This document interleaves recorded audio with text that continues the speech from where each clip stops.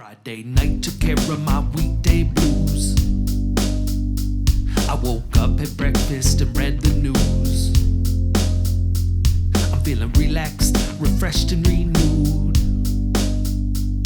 But I feel like there's something I'm forgetting to do. Hey, Toby, the show's about to start. Oh yeah, it's a Saturday show. It's a Saturday show. It's a Saturday show. It's a Saturday show. It's a Saturday show. It's a Saturday show. It's a Saturday show. It's a Saturday show.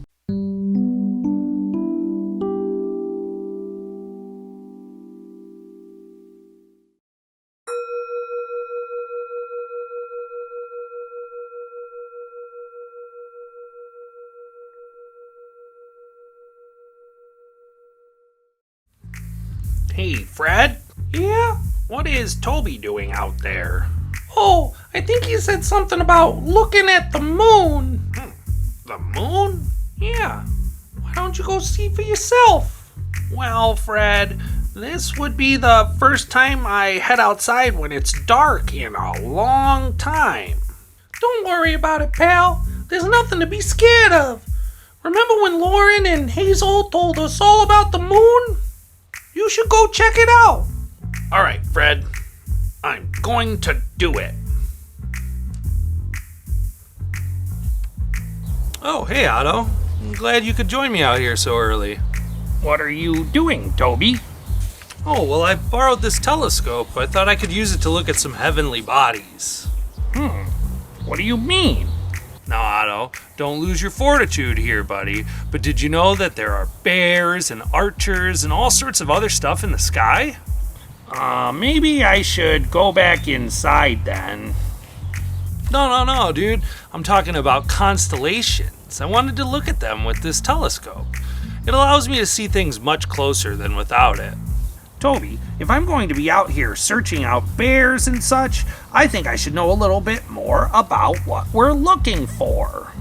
Sure thing, bud. First we'll go to Kashi and Christopher for the word of the day, and then Lucy is going to tell us all about constellations.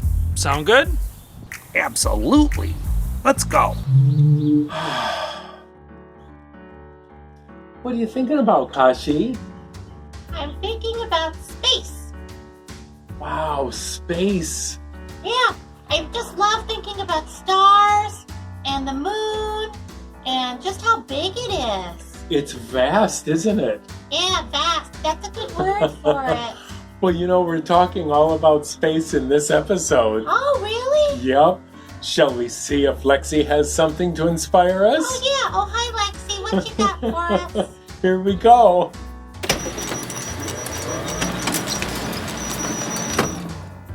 Well, let's see what it is. Do you know what that is, Kashi? It says cosmonaut. That's right, it does say cosmonaut.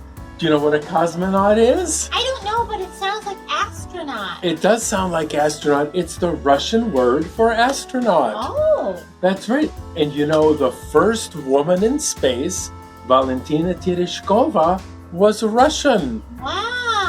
Well, Kashi, are you ready for your game code? Okay. Summer game code. Oh, yeah. Okay, it is 6 letters. Okay. And it means a collection of billions of stars. Wow. And our collection of billions of stars is called the Milky Way.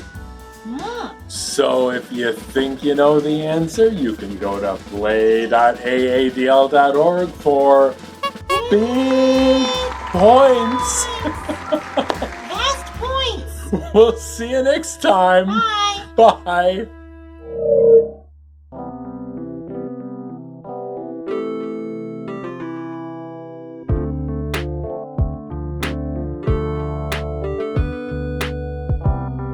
When you look up at the night sky, do you ever notice groups of stars together? Those are called constellations. And the constellations that we see in our night sky get their names from lots of different stories of old, different mythologies. Stories from Egypt, from Babylon, Roman stories, and a lot of Greek mythology. For instance, look at this constellation. Do you see the dog shape here? That is called Canis Major. Canis Major represents the Greek dog Laelaps. And the story is told that he was elevated into the sky by the Greek god Zeus. Laelaps was also known to be one of Orion, the hunter's hunting dogs. So another very famous constellation is Orion, who is the hunter that dog hunts with. And Orion is very recognizable for the 3 stars that go across his middle. This is called Orion's belt. Orion was a supernaturally gifted hunter, and he was the son of the ocean god Poseidon. One of the creatures that Orion was said to be hunting was Taurus, the bull. One of the myths that surrounds Taurus is that the Greek god Zeus dressed up or disguised himself as a bull. Taurus is a very large and prominent constellation that you might see in the winter sky. And though this constellation might not look like a bull here, it's very recognizable for the V that form the head and horns of Taurus. There are 2 constellations that look like bears, and those are called Ursa Major and Ursa Minor. They're popular constellations in and of themselves, but they have pieces of them that are very famous. The Big Dipper, which looks like a big spoon in the sky, is part of the constellation Ursa Major. Ursa Minor is the smaller bear, and it is famous for containing the North Star, also called Polaris. Ursa Minor is also known as the Little Dipper. These bears, Ursa Major and Ursa Minor, are said to be mother and son, and they were placed in the sky by Zeus to protect them from human hunters. So you can see how some of the stars that you see in the sky have names that they got from stories told long ago. It's really fun to try and recognize some of these constellations. Look up. What do you see?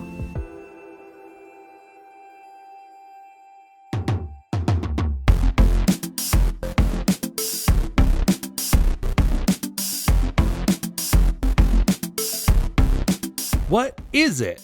The object pictured here is 240 astronomical units across, has a mass about 6.5 billion times that of our sun, and is 53.5 million light years away. Despite being that mega huge, this object was first photographed just 2 years ago. What is it?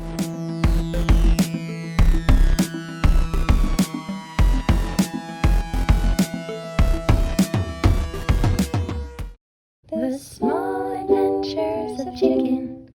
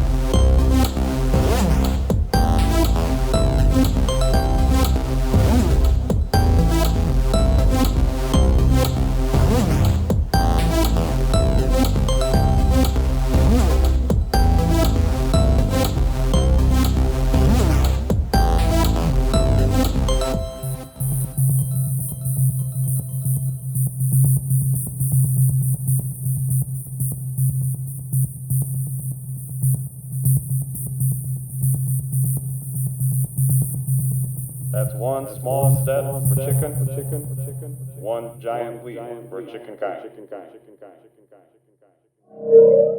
Boy, Toby, that chicken is so adventurous. Do you think I could ever go into space? Well, Otto, from what I know about being an astronaut, it takes a lot of determination. But I think you've got what it takes. Could you tell me more about astronauts, Toby? You're in luck, Otto. Allison was able to sit down for an interview with a real astronaut. Here, check it out.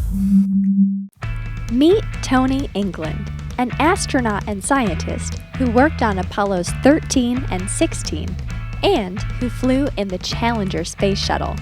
We sat down with him to ask him a few questions.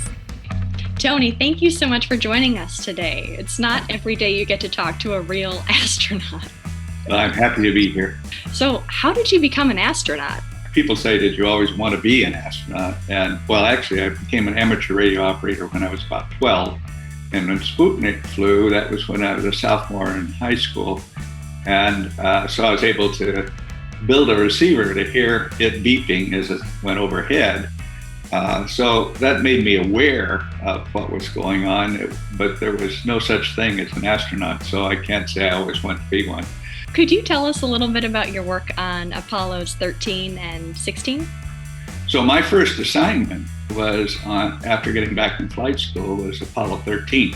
They had just done the translunar burn and they were on the way to the moon. And I had come into the Mission Control Center to take over, but I hadn't taken over yet when they called down Houston, we had a problem. And then I was able to watch everybody scramble to better understand what the problem was and then get the crew into the landing module as a lifeboat. Then on 16, I started out as on the backup crew. 13 had scared NASA so much that they effectively convinced everyone to cancel 18, 19, and 20. Because there was no place to, on Apollo 16, I couldn't go on to fly on Apollo 19. It was just a privilege to be part of the whole thing and exploring the moon and working with all those people were great people and very talented. I love flying the airplanes because Phil was doing that. And so it was a great experience. And then after that, I had no more assignments in Apollo. So the next assignment I could have had was on the shuttle, and it was a decade away. And so I just resigned and went to the U.S. Geological Survey to do airborne geophysics mostly and work in the Arctic and Antarctic, do research there primarily on climate change. But in 1979, John Young, who had been my boss at NASA, called and said, hey, look, if you want to get your flight, come on back. We're getting ready to fly the shuttle. And so that seemed like a good idea. So that's how I got back. So then you launched into space on the Challenger space shuttle. Actually, 2 weeks before, we loaded up and the engine started and then shut down. And so we all had to get out and go home, or at least back to quarters there at the Cape. So we all went to Disney World, of course. And it was kind of fun standing there in line with all the other tourists had come and see the mission because they had been listening to the news and we hadn't. So, they had all these rumors about what had gone wrong. So we were listening, what happened to our vehicle, But 2 weeks later, we did get off the ground. Getting there wasn't as easy as we had hoped. We actually had abort to orbit. We lost an engine at 6.5 minutes into powered flight. When we lost an engine that shut down because it overheated, we had received 2 engine preps. So we could go on to abort to orbit, but not to the orbit we'd intended. But it got a little bit more exciting than that. About a minute later, and still in powered flight, but we hadn't reached single engine press. A second engine indicated an over temperature. And there was supposed to be about 15 seconds to make a decision. That the boost console, a lady engineer there, she had seen a similar type sensor failure at the Michoud test facility, and she told flight to override the shutdown. And so that's what was transmitted to us, and we did it. And of course, it all worked out. I mean, if we had shut down at that point, we hadn't reached orbit. We had to ditch at night in the Mediterranean, and the shuttle's a terrible boat. it would have not been a really great outcome. So that's how we got to orbit. I think I've seen a picture of you drinking a can of Coke Yeah. upside down. Upside down because there's no up or down.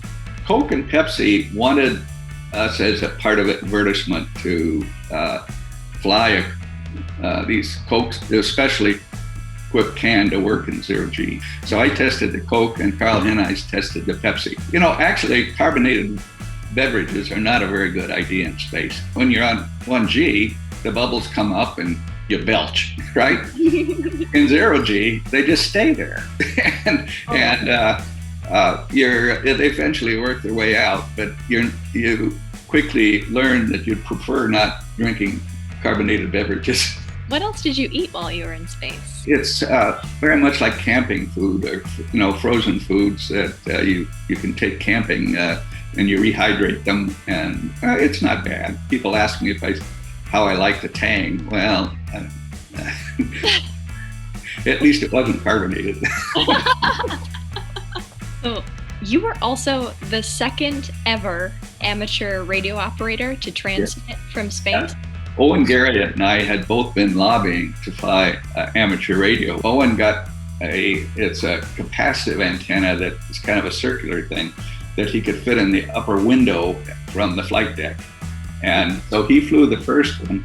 And so that was very successful, and it gave enough positives for NASA that they let me do it on our mission. Anyway, I do recommend it to young people if they're at all interested in physics or electronics or data kinds of things, because a lot of amateur radio is really very much into digital modes now, and it's a great hobby, and what you learn, it opens up the world for you. The thing that attracted me always and still does is discovery. To understand something I didn't understand before, at least. Maybe other people did, but it's even better if they didn't, so I can write a paper about it and share that. But it's curiosity about how the world works. That's why I became a scientist. Well, thank you so much for joining us today, Tony. I'm glad to do it. Enjoyed it. To watch the full interview, visit aadl.org/The Saturday Show. Why did the sun go to school? To learn? Nope. To get brighter. The solar system is big, but how does one comprehend its bigness from down here on planet Earth? I, a shark, will show you its bigness to scale, using small objects you can find in your very own home. First, the sun, represented by a ball 8 inches in diameter. I shall place this ball on the ground as the center of the solar system, near the silly human play structure at Gallup Park. Next, the premier planet, Mercury, a single tiny pinhead. In order to accurately show the scale of our solar system, with objects this tiny, we must take the necessary steps to show space distance. 10 paces to Mercury from the sun. The second planet is cloudy Venus, a peppercorn, 9 paces to Venus from Mercury. Third rock from the sun is our very own Earth, another peppercorn. 7 paces to Earth from Venus. Fourth, the red planet Mars, another pinhead. 14 paces to Mars from Earth. Fifth, the king of the planets, Jupiter, a black walnut. 95 paces to Jupiter from Mars. Sixth, the ringed planet, Saturn, a hickory nut. Now we're really getting out there. 112 paces to Saturn from Jupiter. Hello, yes, and what planet are you from? Excellent. The 7th planet is Uranus, a spicy peanut. Wow, 249 paces to Uranus from Saturn. The 8th planet is mighty Neptune, a honey-roasted peanut. And then 281 paces to Neptune from Uranus. And the 9th, definitely, absolutely, for sure planet is Pluto, another pinhead. Our last hyperdrive jump is 242 paces to Pluto from Neptune. Here we are at the very edge of our solar system. So, just how vast is it? It takes over half a mile in shock paces to accurately represent our solar system to scale with these minuscule models. And that, on a very small scale, is how big the solar system is. Wow, Toby, a shark did a great job of showing us how big the solar system is. Certainly did, Otto. Well, what's out there beyond the solar system? There's a lot of stuff, dude. Comets and nebulas and all sorts of awesome stuff. Are there other turtles? Nobody really knows. Well, have we ever tried to send a message to see if anyone responds? Turtles are very polite. I'm sure if someone sent them a message, they'd return the call. Actually, yeah, and Lauren is going to tell us all about one instance of reaching out into space. Take a look.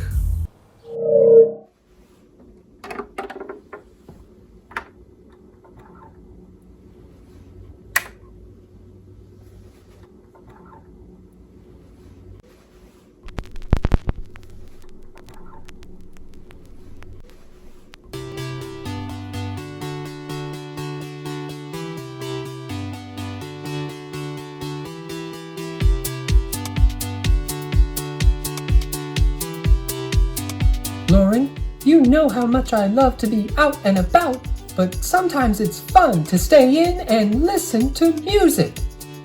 Definitely, Hazel. Remember when you pointed out that books can transport us to different places? Well, music can really do that too. I know. It's like DJ Shampier is right here in the room with us, throwing us our own private dance party. Yeah, this song is really catchy. Do you think extraterrestrials would like it? Huh? What are you talking about, Lauren? Well, sometimes when I'm listening to records, I think about the golden record that NASA launched into outer space. The golden record? Launched into space? You've got to tell me more. Okay, Hazel, I'll tell you what I know. The story starts with NASA, the National Aeronautics and Space Administration. It was created in the 1950s with a mission to explore outer space. NASA astronauts landed on the moon in 1969. Yep, and right now a sophisticated NASA robot is exploring the surface of Mars, looking for records of life there. That's right, I had heard about that. But what about the golden record? Well, a shark has already told us about the solar system. You know, how all the planets revolve around the sun? Yes. Well, way back in the summer of 1977, NASA launched 2 probes named Voyager 1 and Voyager 2 out into space to get information about our solar system.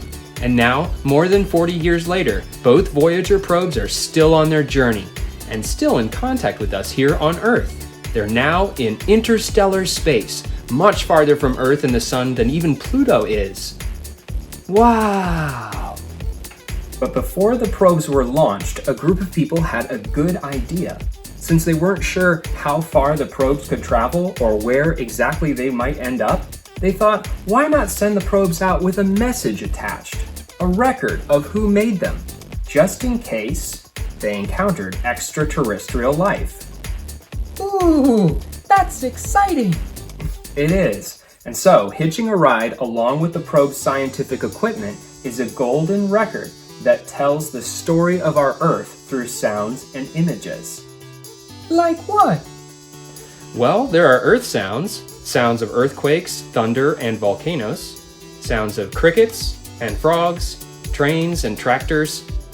And as for images, well, remember the Golden Gate Bridge in San Francisco? You bet I do. There's an image of that, and one of the Taj Mahal in India, and one of China's Great Wall. Interesting. Are there any pictures of squirrels on the golden record? I don't think so, Hazel. Sorry. Humans. Still, the golden record sounds very cool. When NASA makes a new one, they should consult with a squirrel. Want to hear and see the sounds and images of NASA's golden record for yourself? Check out aadl.org/The Saturday Show.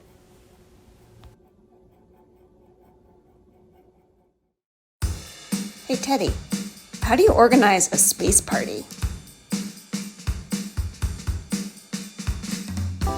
You plan it.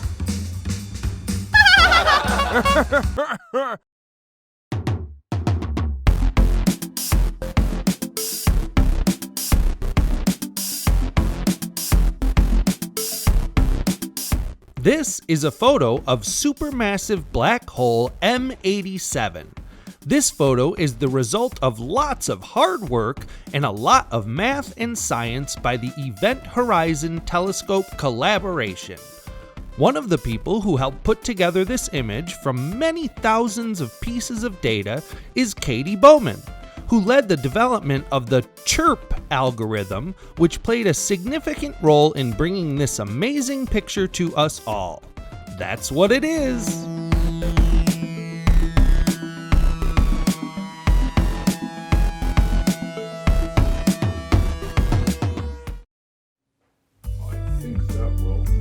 The sun, you say?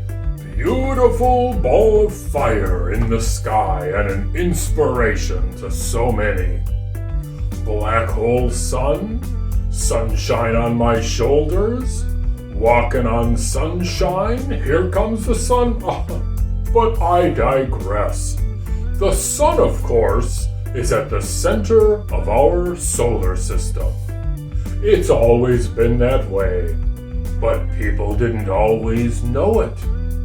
There were some people who thought the sun rotated around the Earth. After all, it doesn't feel like we're in motion, does it? Then along came Copernicus, a true Renaissance man. Mathematician, astronomer, economist, spoke Latin and German and Polish. He wondered about the structure of the solar system and thought, maybe the Earth rotates around the sun. Now, he wasn't the first to think that, but he did lay out a comprehensive theory that explained an awful lot. Not bad, Copernicus. And now, if you'll excuse me, I think it's time for lunch.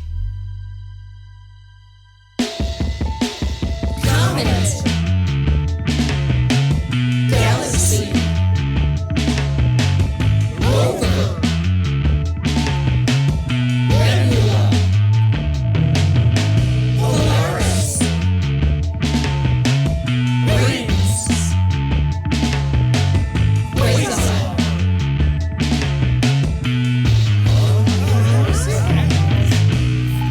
Hey, what are you looking at?